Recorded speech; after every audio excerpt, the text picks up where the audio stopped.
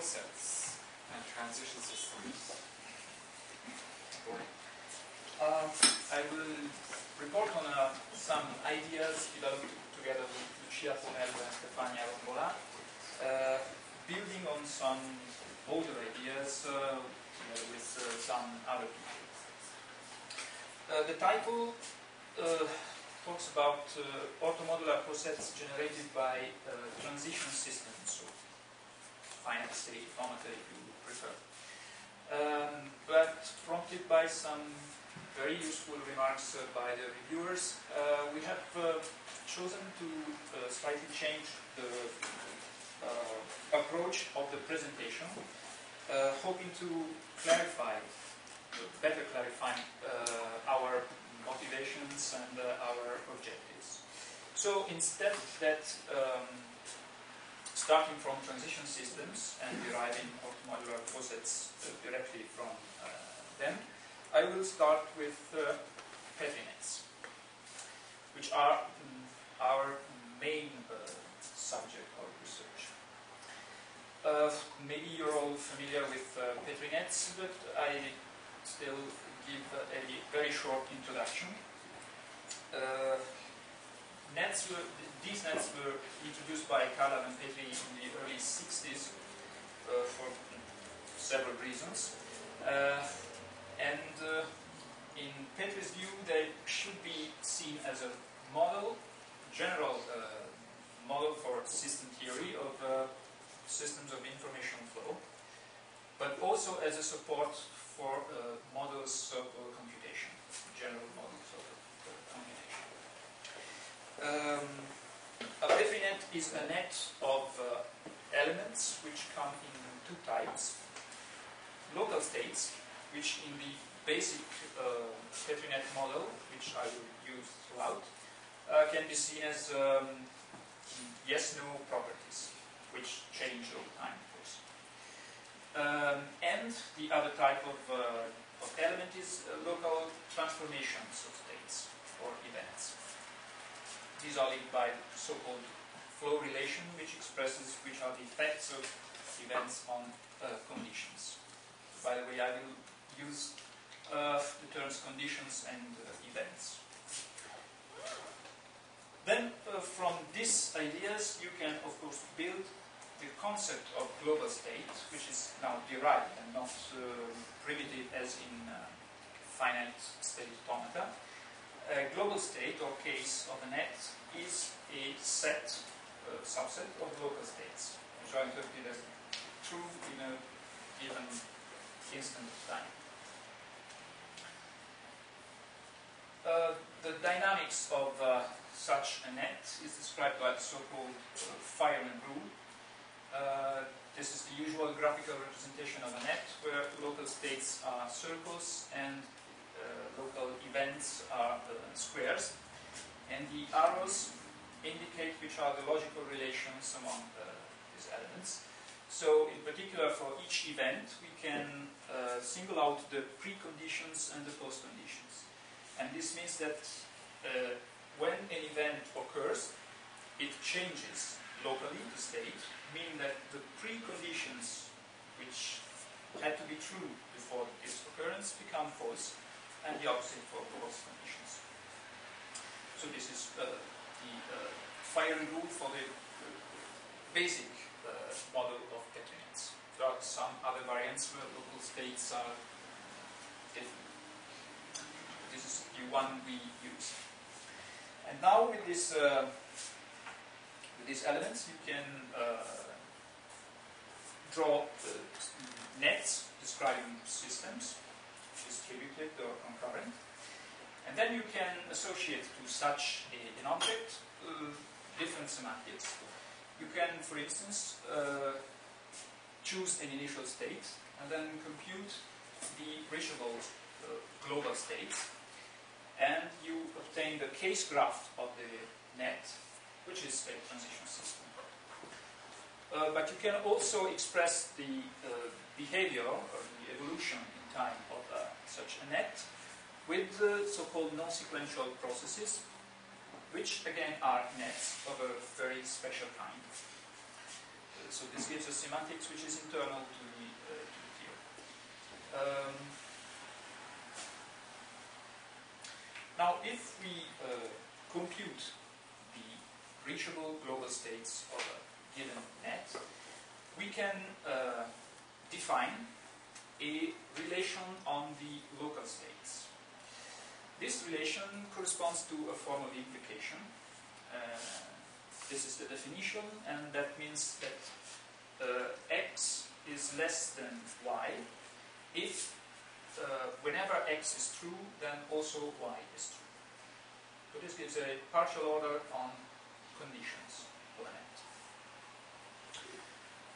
Now, this is a technical detail.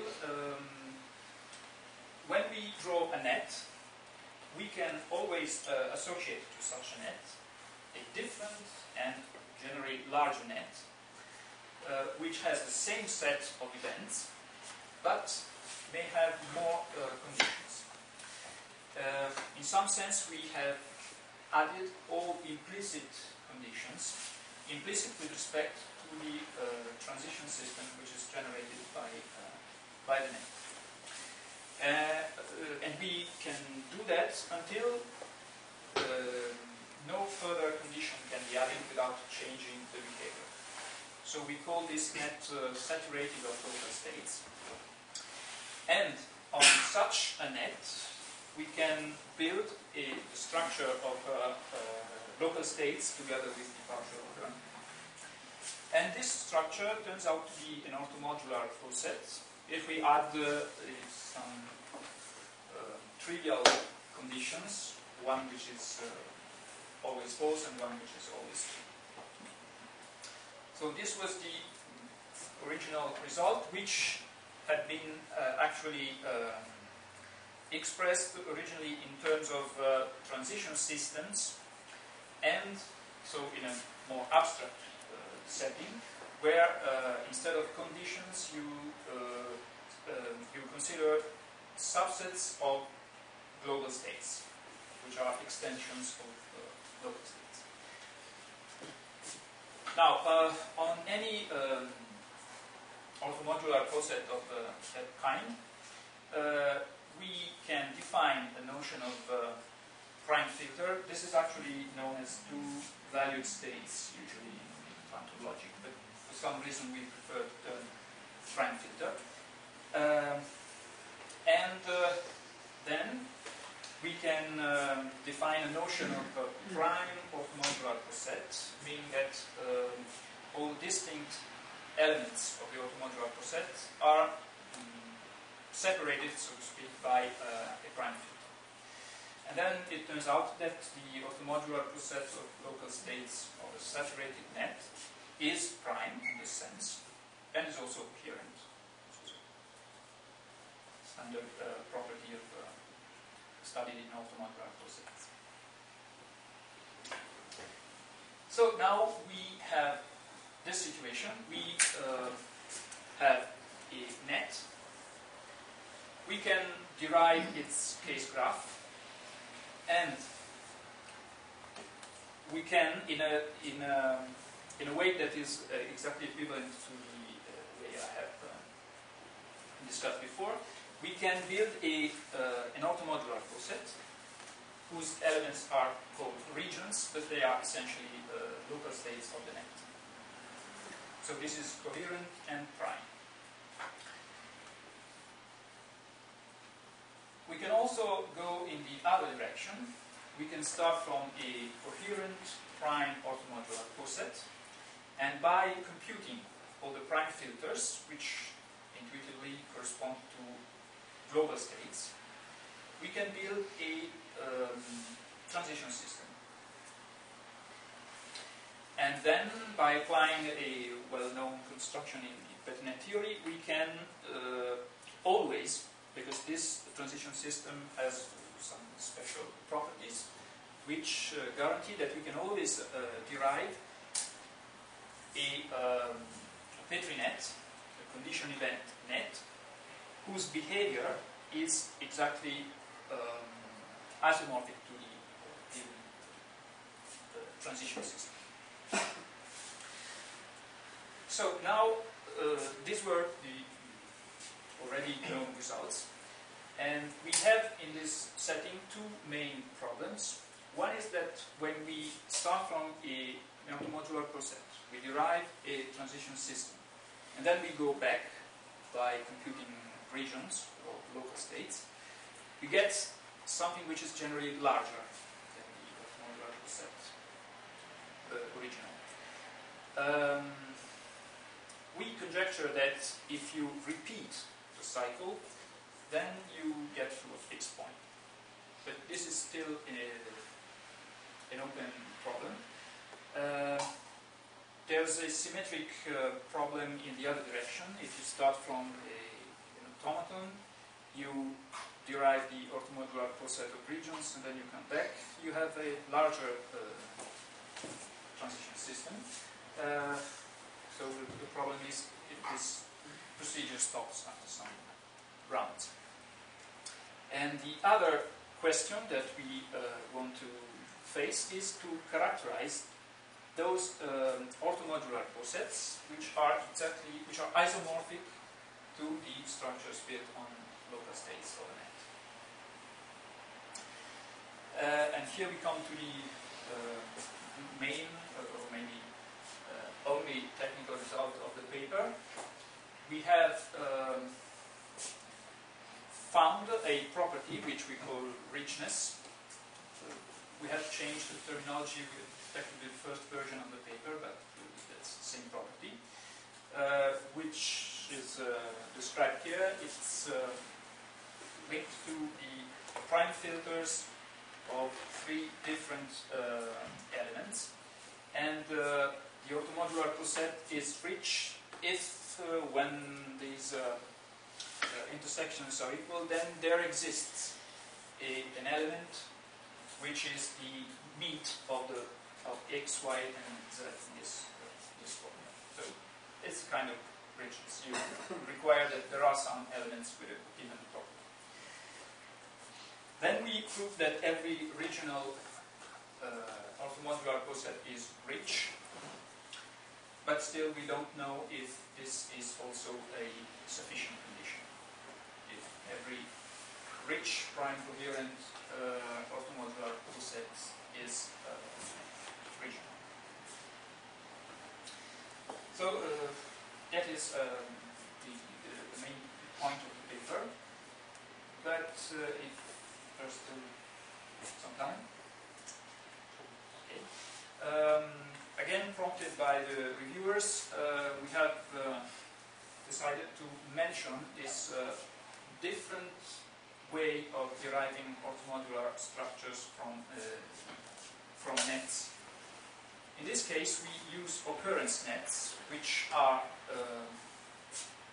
nets, but acyclic, so they are partial orders, and they can be obtained, for instance, as the semantics of a system net, as you saw in one of the first slides.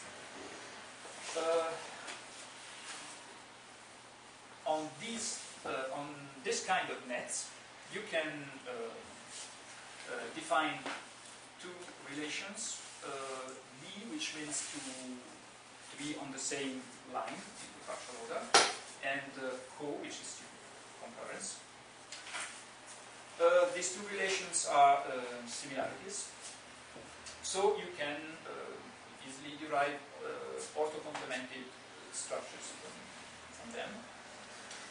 But if you start from co and define this operator on subsets of elements, then the orthocomplemented structure you get is actually an orthomodular poset.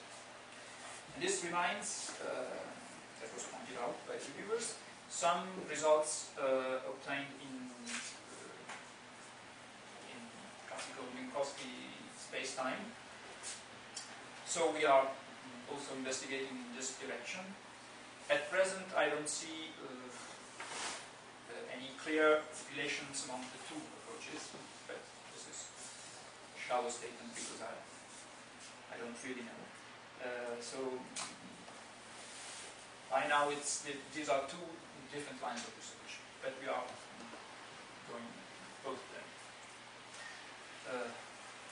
So, thank you. Thank you very much. Questions? Yes?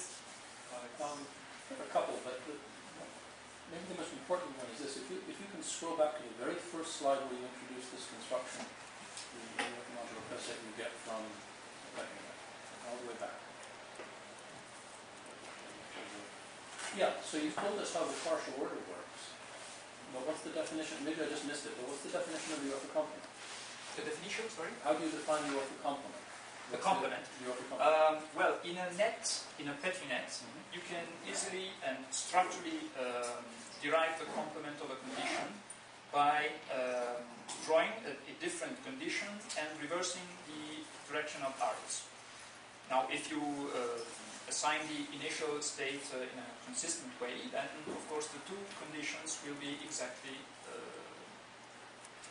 complementary one of the other. So that's the way. And in a saturated net, for each condition, you get also the complement. Thank you. That's your question. Thank you. I guess a second question is this. Are you able to start with the given Petri net and write down directly the atom hypergraph, the orthogonality hypergraph for the atoms in this orthomodular poset? Is that something that you can do easily? Or do you have to construct the whole poset and then work backwards?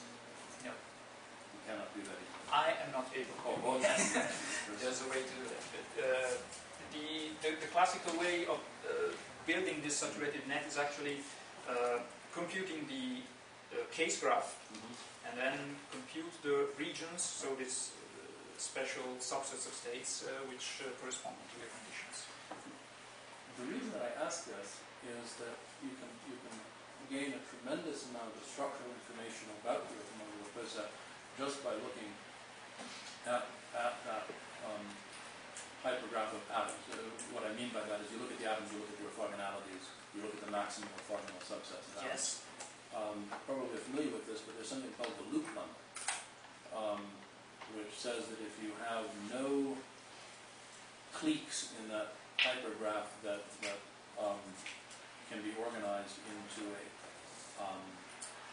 four cycle, Yeah. Right. then you have an orthomodular lattice, not a poset. Yes.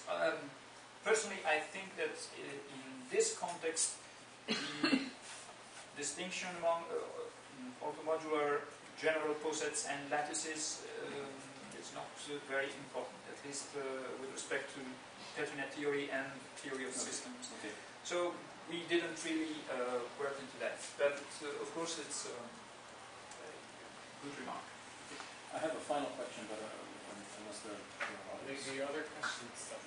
Yeah, Paul has a question. Okay, you considered only condition event nets. Can this be generalized to steel nets? Might be some Well, problem. in such nets, local states are counters. Yeah. So the logical side is quite different. You can define a notion of region on the state spaces, and you can play interesting tricks. But then the mathematical structures you get are apparently totally different. You get groups, and so I think it's a different. You have an infinite structure. Of course, Yes. yes. Only finite. Well, we studied only finite nets with finite state spaces, but I think there are some people who generalize that. Yeah, so the most general work, I think, on producing in some way orthomodular posets is by a guy called John Harding, who looks at the mathematical structure and then bang, he sort of discovers some orthomodular. He's very good in these things. And typically, it's some relational content you extract and some decompositions. And both ways you present, do you have any clue whether they are related to some sort of general machinery there? I'm not able to give meaningful answer. We are currently looking into how things work, and maybe there are some interesting connections, but I cannot tell you. No. Alex? Okay, so final question. It seems clear that the orthomodular process that you get have very rich sets of dispersion-free states, 0, 1 value states. Yes. Yes. But they may, of course, have lots of states that are not averages of dispersion-free states, or at least it's conceivable from what I can see here. Do you have a way of taking an arbitrary state on the orthomodular process generated from the Petri net and interpreting that in terms of the dynamics of the net, in terms of the information coming out?